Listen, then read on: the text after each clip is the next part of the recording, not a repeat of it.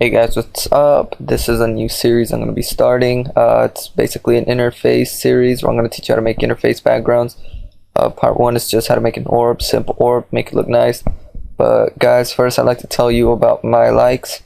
It's a website where you just go sign up and you make YouTube videos and you get paid per view.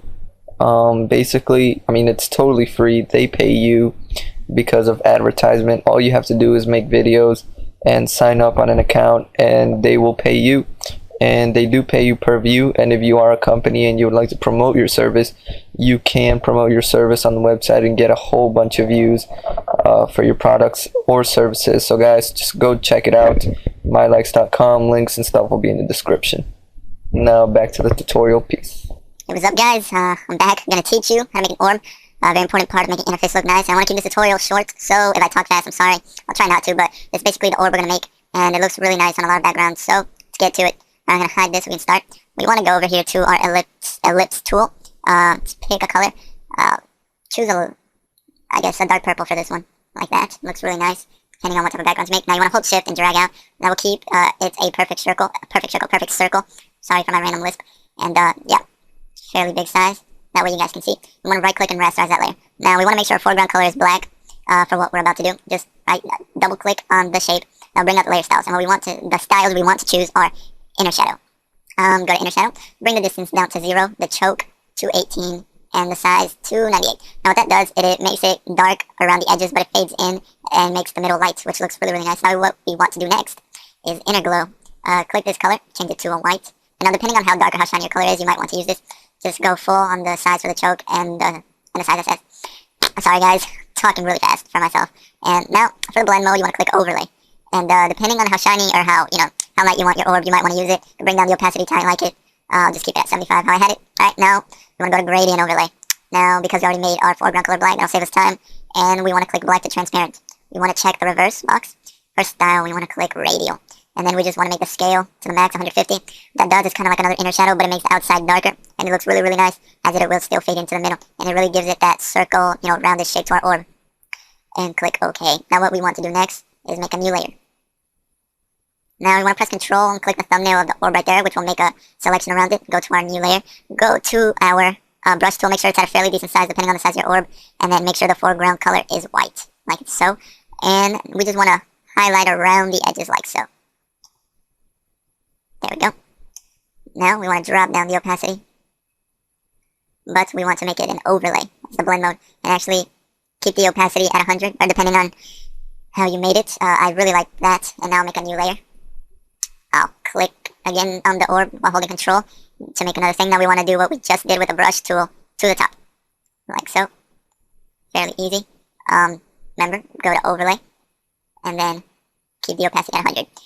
Looks really good. Just makes it a shine at the bottom and at the top. That way, and it also helps give it that round shape, which looks really nice. Now what we want to do is make a new layer again. Once again, hold Control, or I think Command for max, and then the thumbnail of the orb. Now make sure you're on a new layer. And we want to go to our elliptical marquee tool at the top over here. And want to hold Alt. While we drag, when you hold Alt, you'll see a little minus sign next to the crosshair comes out.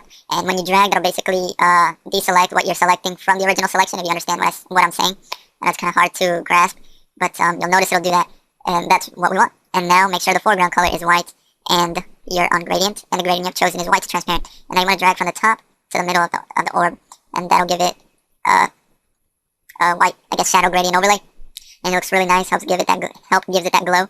And you can drop down the opacity, keep it at around 55. That looks really good. And sorry, I just want to make it a little bit more slanted. Ignore this, just keep it however you want it. And what we want to do now is create a new layer, our final layer. And then, again, click Control, the thumbnail of our orb, as it'll make a selection. Go to our newest layer. And then we just want to go back to the paint bucket tool. Make sure our foreground color is white, and then just fill it in. And then bring down the opacity to about 10. Now, go with 6. And then the blend mode, just leave it as normal. Then click Control T to start a free transform. And then hold Shift while you drag. Oh, I'm sorry for that. Hold Shift and drag in. I like to drag it into where the inner shadow of the orb fades out. And do the other side. What this does, it kind of keeps the outside edges dark, while the middle kind of like saying it's still bright. And that looks really nice. It's pretty much it, guys. That's an orb.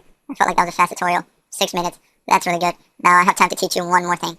Now I have my logo, and a lot of people use logos, obviously, with their orb. What you want to do, a lot of people you know, they make the size smaller to fit inside the orb. Looks really nice, but as you can see, we have some outside of the orb, and you don't want to do that because a lot of people just erase it from the orb, and that doesn't look as good because it leaves fade marks. What you want to do is bring on the logo layer, make it on top of the orb, and then start a clipping mask by right-click, clipping mask, or just hold Alt and click in between the layers, and just bring down the opacity. And as you can see, that pretty much gives it that round shape to the logo. Goes in well with the orb. Looks really nice. You can change the colors and everything. Hope you guys like this custom orb. I'll be bringing out another tutorial on future interface. I'm gonna make a sick background and basically walk you guys through it. Alright, that's pretty much it, guys. Peace. Also, guys, I'd like to remind you, don't forget to follow me on Twitter because I'll be posting a lot of stuff there about like background giveaways and stuff like that. You guys can just ask me questions. If you guys don't like Twitter, just add my Skype. You can talk to me through there if you want me to help you on your graphic stuff, or you'd like to contact me about purchasing graphics, or about me making your clan of graphics, depending how much subscriber count you have and how big your channel size is. I will make it free, so just add me on Skype or talk to me through Twitter. Pretty much it, guys. Hope you enjoyed and stay tuned for the next one. Peace.